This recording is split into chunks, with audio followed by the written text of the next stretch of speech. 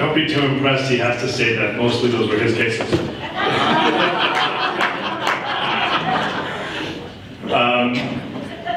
So it's a pleasure to be up here sharing a podium with such incredible scholars. I first met Yossi when he was still in uniform in Madim, and then worked with him afterwards in his various capacities in and now out of government. And Aaron, I don't know if you remember, but I interviewed you for my PhD, which was a study on the nexus of terrorism and the peace process, thinking at one point that maybe I wanted to be the next Aaron David Miller or Dennis Ross, and the experience of that PhD cured me.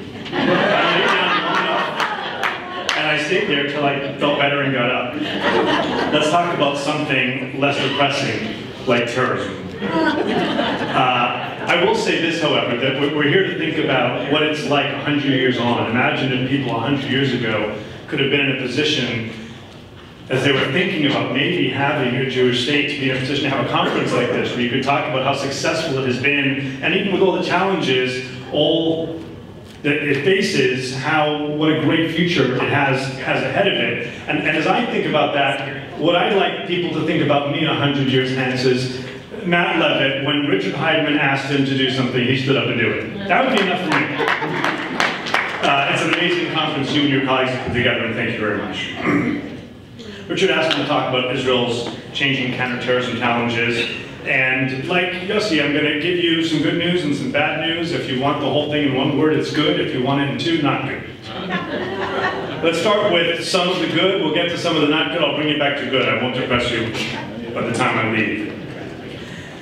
Arguably, this is now the end of an era and the beginning of a new one. Early on in its history, Israel faced several existential threats to its survival, especially in critical wars. But over the past about 40 years now, well, Israel has faced all kinds of security threats, from neighboring armies to terrorist groups. This was actually a fairly stable and safe period.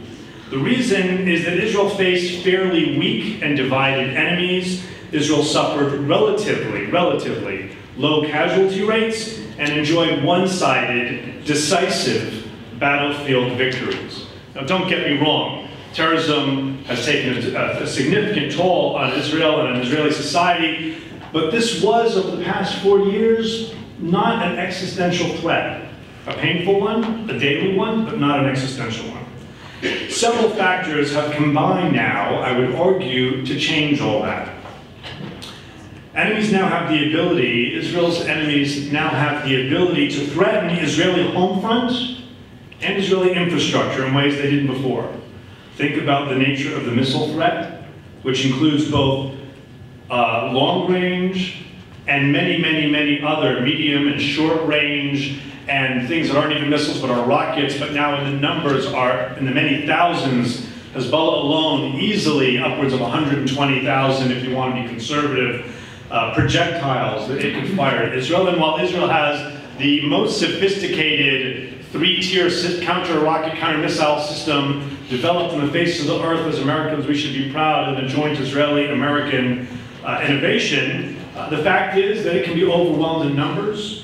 And that missile threat is very significant. And now it's not only a question of imported missiles with much more sophisticated capabilities, both in terms of the range that they can go and the ability to target with a GPS, not a general area or a city or a neighborhood, but a building or maybe even a window. It's also the question now of increasingly locally produced munitions. In some cases, those locally produced munitions are nowhere near as sophisticated, but we're still very concerned about the numbers. And for example, if you're looking at the conflicts between Israel and the Gaza Strip and the communities right outside the Gaza Strip, a homemade projectile that need not go very far can do much damage. And you've probably heard about the Israeli government's concerns that it articulated publicly in an effort to engage in an element of deterrence, and we'll get back to that theme, about its concerns about Hezbollah opening up an underground facility in Lebanon in which it could locally produce sophisticated Iranian-made rockets, which would be a game changer and one that Israel has made clear it will not allow. And the other type of example is something like tunnels. Of course, the tunnels that we've seen coming from Gaza, forget the ones going into Egypt for smuggling That's another issue. But I'm talking about what we call attack tunnels, of the type that Yossi mentioned, the one Palestinian Islamic Jihad tunnel that was recently taken out. The only reason to have such tunnels is to carry out attacks on the Israeli civilian populations. Right after Israel discovered that there were tunnels in some of the last conflicts with Hamas in the Gaza Strip, the reason they went in on the ground was ultimately because they recognized that there were some tunnels and they didn't know how many more, and the only way to really find them is to go into the Gaza Strip and find openings. Less than a week after that conflict, I went in. I was the first person that they allowed in before the media to go into the longest tunnel that they had found, going up through the fields and practically to the front gate of Kibbutz Ana Shlosha, right at the middle of the Gaza Strip. And this was a tunnel that had tracks built in so that they could not have to carry the dirt in and out. It was tall enough so that I, at a towering intellectual giant of 5'6", barely had to duck at all, enough width to be able to bring in munitions. And unlike some of the earlier tunnels, which were very short and were built with wood, this was built with cement, which explains why so much of the cement that Israel had allowed in for reconstruction after previous conflicts was not used for that, but was used for these. These tunnels cost an estimated $2 to $3 million a pop. And it was a domed cement roof, and finally electricity and phone lines in there as well. Another reason is not just that they're able to target the home front and critical infrastructure, is that they've developed new types of operational capabilities. So Hamas, for example, now deploys company-sized fighting elements. Hezbollah deploys battalion-sized elements, which now, because of their fighting in Syria, has taught them not only to be able to fight as insurgents, but as counterinsurgents, using and integrating sophisticated intelligence, not all in ways that would be all that useful in fighting Israel, but some that would be absolutely very useful in fighting Israel. And so while on the one hand Hezbollah has suffered significant losses, they have lost more people in their fight in Syria than in all the wars and battles with Israel, they've also learned a great many things. Among the things we've learned, by the way, is that Nasrallah failed elementary geography, because when he finally admitted that Hezbollah was in Syria, he explained that the reason was because the road to Jerusalem goes to Damascus, which it doesn't.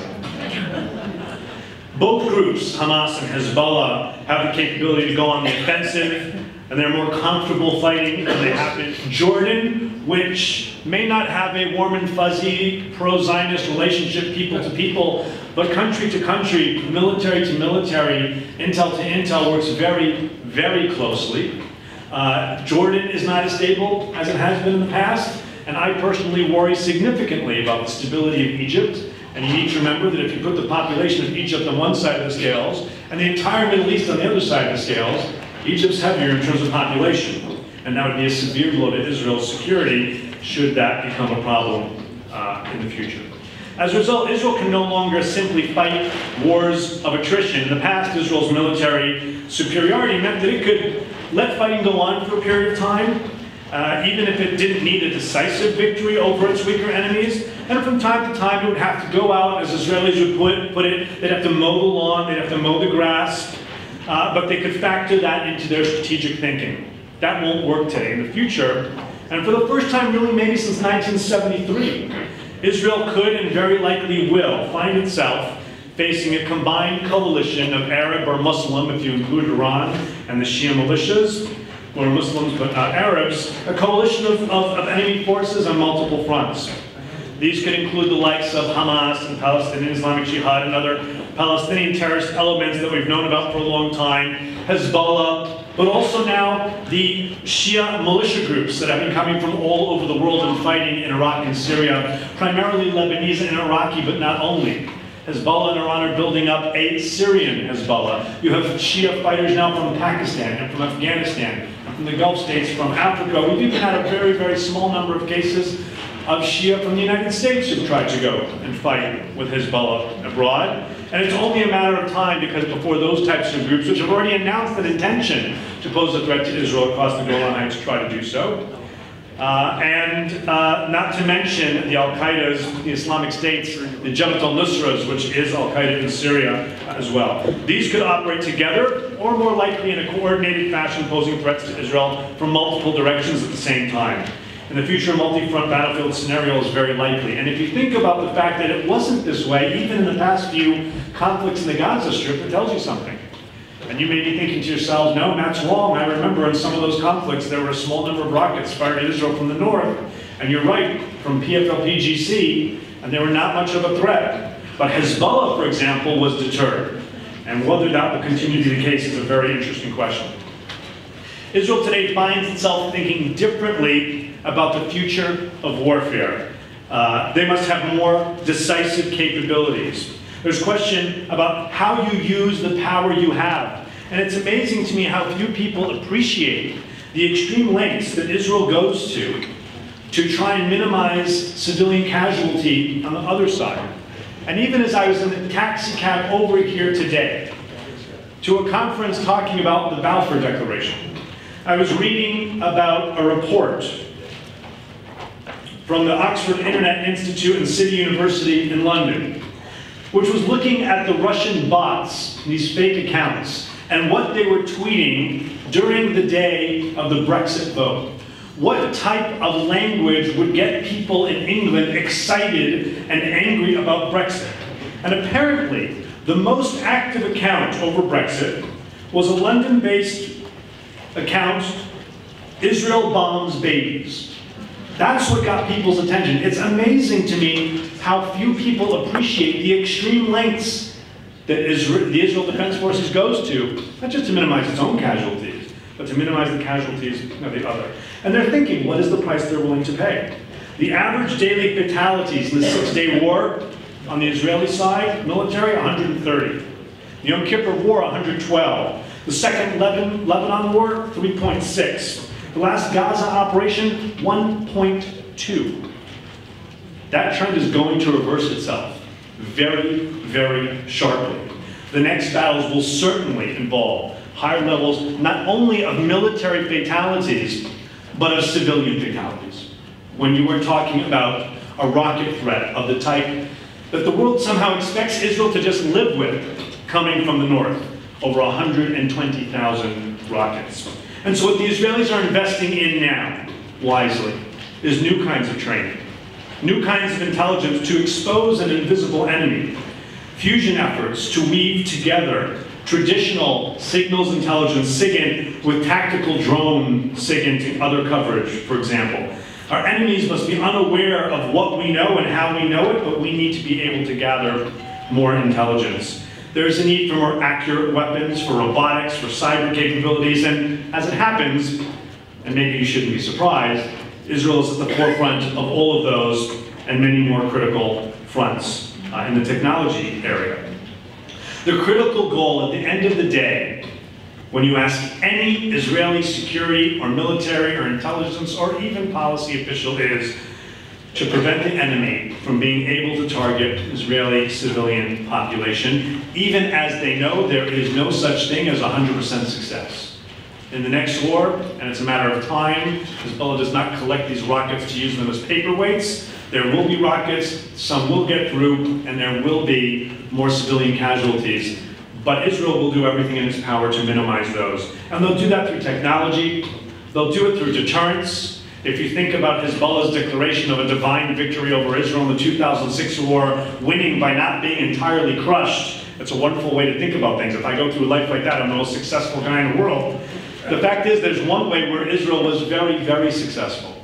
I would argue Israel had lost its deterrent edge vis-a-vis Hezbollah leading up to the 2006 war. And if I ask you how many times Hezbollah has started a fight with Israel since, you'll agree with me, it's been a very quiet, across the border, a very quiet 11 years since. Israel has also invested in all kinds of alliances, many of them very quiet, some of them having to do not with Israel itself, but with shared concern about the great regional threat from Iran. And you have a situation today where a great many Arab states in the world don't see Israel as at fault every time someone within their borders stubs their toe. There's a recognition that Israel is involved, for example, in the Syrian war in two ways. If they find that Hezbollah or Iran or other enemies are trying to attack them, they will stop them. And if they find, similarly, that those enemies are trying to send more sophisticated weapons to kill their civilians, they will stop them. And the only other way they're involved is by giving medical treatment to Syrian Muslim Arabs who are being victimized by their own ruler. That's hardly a recipe for blaming Israel for all ills in the world. At the end of the day, and with this I will conclude, we here in the United States have a lot to learn from Israel. I don't mean technology, sure. All those other types of business and intelligence and technology partnerships are wonderful. But as I look, for example, at how we in the United States reacted after a terrorist rented a truck and drove it into bicyclists and runners in New York City, which is a horrific act of terrorism, but that is all it is. It is not an existential threat to anything, not to our way of life, not to our country. I think the greatest thing that we can learn from Israel is a lesson in resilience. Now, if you ask me, will we be having a conference like this in 100 years, I will point to that resilience. We'll have a lot of things to talk about between now and 100 years from now, and they won't all be good, but we will be here. Thank you very much.